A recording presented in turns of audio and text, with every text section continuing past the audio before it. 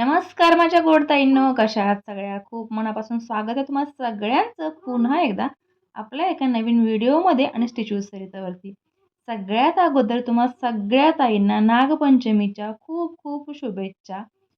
तर आज आपण पाहणार आहोत नागपंचमीसाठी इथे एक क्लायंटची मी साडी शिवत होते आणि बऱ्याच ताई म्हणतात की नऊवारी साडी स्टिचिंग कशी करायची किंवा साड्यांच्या प्लेट्स वगैरे घालून होतात, पण त्यानंतर नेफा कसा जोडायचा ते लक्षात येत नाही आणि शिवाय नेफा जोडला तरी नेफ्याला पलटी मारताना किंवा काष्टा करताना, पुढचा काष्टा करताना प्रॉब्लेम होतो खूपदा किंवा बऱ्याच वेळेला नेमका काष्टा जोडायचा कसा किंवा पुढच्या भागचा जो पॅटर्न असेल नऊवारी साडीचा तो कसा घ्यायचा. तर सगळ्यात अगोदर बघा मी ते प्लेट्स टाकून अस्तर आणि साडी अटॅच करून घेतली होती, की आपण नऊवारी साडी जी शिवतोय त्याला पुढे आपल्याला एक काष्टा आणि पाठीमागे एक काष्टा आहे. म्हणजे ही पेशवाई साडी तुम्ही म्हणू शकता. आता आमच्याकडे याला पेशवाई साडी म्हणतात पुणे भागामध्ये. आता तुमच्या भागात याला काय म्हणतात किंवा या साडीला कोणतं नाव आहे ते तुम्ही मला नक्की कमेंटमध्ये सांगा. कारण बऱ्याच देश तसा वेश म्हणतात, तसं बऱ्याच प्रदेशामध्ये प्रत्येक बोलीभाषा ही वेगळी बोलली जाते. तर त्यावेळेला प्रत्येक पॅटर्नला सुद्धा वेगळी नावं असतात. बऱ्याच वेळेला माझ्याकडे जेव्हा नवीन क्लायंट येतात, विदर्भातले म्हणा, लातूरचे म्हणा, नाशिकचे म्हणा किंवा इतर कुठून म्हणा, तर त्यावेळेला त्यांना माझ्याकडे ॲक्च्युली मोठा बोर्ड तयार करून ठेवलेला आहे नऊवारी साडींसाठी. त्याला बॅक फ्रंट दोन्हीही साईडला इथे साड्यांचे फोटो मी लावलेले आहेत. तुम्ही माझ्या या अगोदरच्या व्हिडिओमध्ये नक्कीच पाहिला असेल. शॉपच्या समोर जो बोर्ड आहे तो. तर त्या साडीचं नाव ऐकून घेतल्यानंतर मी त्यांना म्हणते, पाठीमागे बघा बोर्डकडे आणि त्याच्यामध्ये तुम्हाला पॅटर्न कोणता हवा आहे तो सांगा. बऱ्याच वेळेला साडीचा पॅटर्न वेगळा असतो, त्याचं नाव वेगळं असतं आणि क्लायंट ज्या भागातून असतं त्यांच्या तिकडे त्या पॅटर्नला वेगळं नाव असतं. असा गोंधळ उडायला नको त्यासाठी मी बोर्डवरती या साड्यांचे फोटो ऑलरेडी लावून ठेवलेले आहेत. सो आता ही जी साडी आहे ती पेशवाई साडी आहे. तर याची बॉर्डर आहे ती आपल्याला नेफ्यासाठी वापरायची आहे.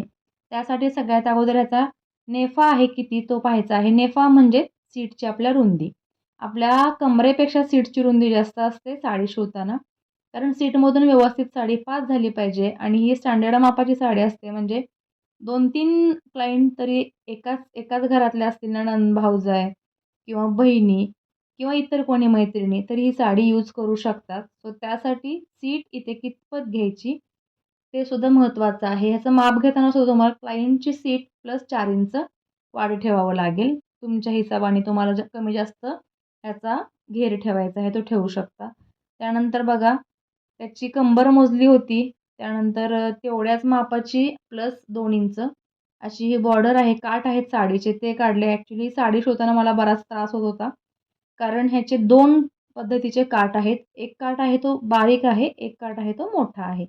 तर दोन्ही साईडला काठ ॲडजस्ट कसे करायचे, तो सुद्धा खूप मोठा प्रॉब्लेम होता. कारण पेशवाई साडीमध्ये मीडियम साईजचा काठ किंवा नाजूक काठ छान वाटतो. आता या क्लायंटला साडी घेताना लक्षात नाही आलं. या अगोदर तर ही क्लायंट जी आहे आपली, ती 6 वार साडी घेऊन आली होती आणि 6 वार साडीमध्ये 9 वार साडी शिवा म्हणत होती. कारण हाईट खूप आहे. आता मी तिला नावाने बोलवते कारण लहान आहे माझ्यापेक्षा म्हणून. कारण हाईट खूप असल्यामुळे पहिली गोष्ट 6 वार साडी नेसता येत नाही आपल्याला. तिला म्हटलं, "नाही होत अगं असं." तर ती म्हणते, "बघा ना, प्लीज प्रयत्न करा ना, बघा तर एकदा." सगळं मान्य आहे, पण म्हटलं होत नाही तर मी असा फोटो पाहिलाय म्हटली. तर फोटो पाहू म्हटल्यानंतर तिच्या मोबाईलमध्ये तिने फोटो जो दाखवला, तो ॲक्चुअली आता नवीन ट्रेंडमध्ये 6 वार साडीच्या 9 वार साड्या नेसतात ना, तो होता. तर म्हटलं हा असा-असा पॅटर्न हा आहे 6 वारी साडीला नेसवलेला. तेव्हा तिला ते पटलं. मग तिच्या मिस्टरांना तिने सांगितलं कॉल करून त्यांना शॉपवरती बोलवलं आणि मग ते पुन्हा साडी आणायला गेले. ते 4 दिवसांनी उगवले आणि अर्जंटमध्ये ही साडी मला शिवावी लागली. आता बघा हा व्हिडिओ तुम्हाला कदाचित नागपंचमीच्या दिवशीच येईल. सो ही साडी मी ऑलरेडी अगोदर आदल्या दिवशी रेडी केली होती. तर आता ह्याचा नेफा आपण तयार करून घेतलेला आहे. त्याला फोल्ड करून व्यवस्थित बॉर्डरची पट्टी दिलेली आहे. सुंदर दिसतोय नेफासुद्धा. त्यानंतर आपल्याला पुढच्या साईडची धडी आहे किंवा पुढच्या साईडचे काठ आहेत एकसारखे ते घ्यायचे आहेत पेशवाई साडीमध्ये. आता ही तुम्हाला साडी नेमकी कोणती आहे ती तयार झाल्यानंतरच लक्षात येईल. अशी बऱ्याच बिगिनर्स ताई आहेत त्यांच्या लक्षात येणार नाही किंवा ज्यांना नऊवारी साड्यांचा लांब-लांबपर्यंत काही नातं नाही आहे ज्या ताईंचं, त्यांनासुद्धा हे लक्षात येणार नाही. त्यांना स्वतःलाच आता कन्फ्युजन झालं असेल, की ही ताई काय दाखवते व्हिडिओमध्ये. तर थोडा वेळ वाट बघा, कारण सबर का फल मीठा होत आहे म्हणतात तसं आहे. साडी तयार झाल्यानंतर तुमच्या लक्षात येणारच आहे. आता ह्या साडीची बॉर्डर मोठी आहे, तर मला मोठी बॉर्डरसुद्धा ॲडजस्ट करताना इथे प्रॉब्लेम होतोय हे पहा. तर या पद्धतीने मी ते पुढची प्लेट आहे किंवा पुढची धडी आहे, ती व्यवस्थित सेट करून घेतलेली आहे मेजरमेंटप्रमाणे. ही 42 साईजची साडी आहे, 42 लेंथ आहे आणि ह्याची सीट घेर जे आहे किंवा कंबर घेर म्हणाल, तर तो इथे 42 आहे. तर 42च्या निम्मा आपल्याला इथे नेफा म्हटलात तर 21 इंच आहे. आता इथे फ्रंट साईडचे काठ लावून झालेले आहेत. त्यानंतर बॅक साईडचा काष्टा कसा घ्यायचा ते तुम्हाला दाखवते. बॉर्डर मोठी आहे, तर या पद्धतीने तुम्हाला सीटचा जो आपला जो सीटचा भाग आहे त्याचा तिसरा हिस्सा काढायचा आहे. पूर्ण सीटचा तिसरा हिस्सा घ्यायचा आहे. त्याच्यामध्ये तुम्हाला एक 4-5 इंच वाढवायचे आहेत आणि त्यानंतर तुम्हाला पाठीमागच्या काष्टासाठी धडी टाकायची आहे आणि या पद्धतीने तिथे फोल्ड करून पाठीमागचा काष्टा तयार करून घ्यायचा आहे.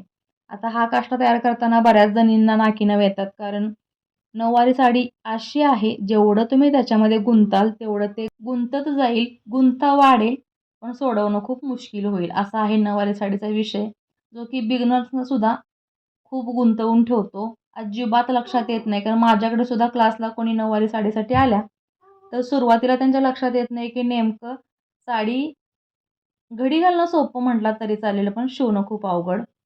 तर पाठीमागचा काष्टासुद्धा इथे मी रेडी करून घेतलेला आहे. त्यानंतर बघा या पद्धतीने आपला काष्टा रेडी झालेला आहे. आता जसं मी म्हटलं ह्याची बॉर्डर खूप मोठी आहे, काठ खूप मोठे आहेत. तर पाठीमागचा काष्टा इतका मोठा असेल तर त्याचा लूक चेंज होतो. त्यासाठी आपल्या साडीच्या शिवण्याच्या पद्धतीतून आपल्याला या गोष्टी किंवा या टिप्स फॉलो कराव्या लागतात. कारण साडीचा काष्टा कसा छान करता येईल, कसा सुंदर दिसेल पाठीमागच्या बाजूनी, त्याच्यावर तितकंच महत्त्वाचं असतं, जितकी साडी पुढून चांगलं दिसणं, पुढून साडीचा जो लूक आहे तो छान दिसणं गरजेचं आहे, तितकाच लूक बॅक साईडनं सुद्धा साडीचा छान दिसला पाहिजे. तर इथे बघा मी साडी जी आहे ती काठ आहेत साडीचे ते फोल्ड केले, त्याला प्रेस करून घेतली व्यवस्थित, कडक प्रेस करून घेतलेली आहे. प्रेससुद्धा पटकन होत नव्हती आणि प्रेस झाल्यानंतर आता हे काठ मी ते अटॅच केलेले आहेत.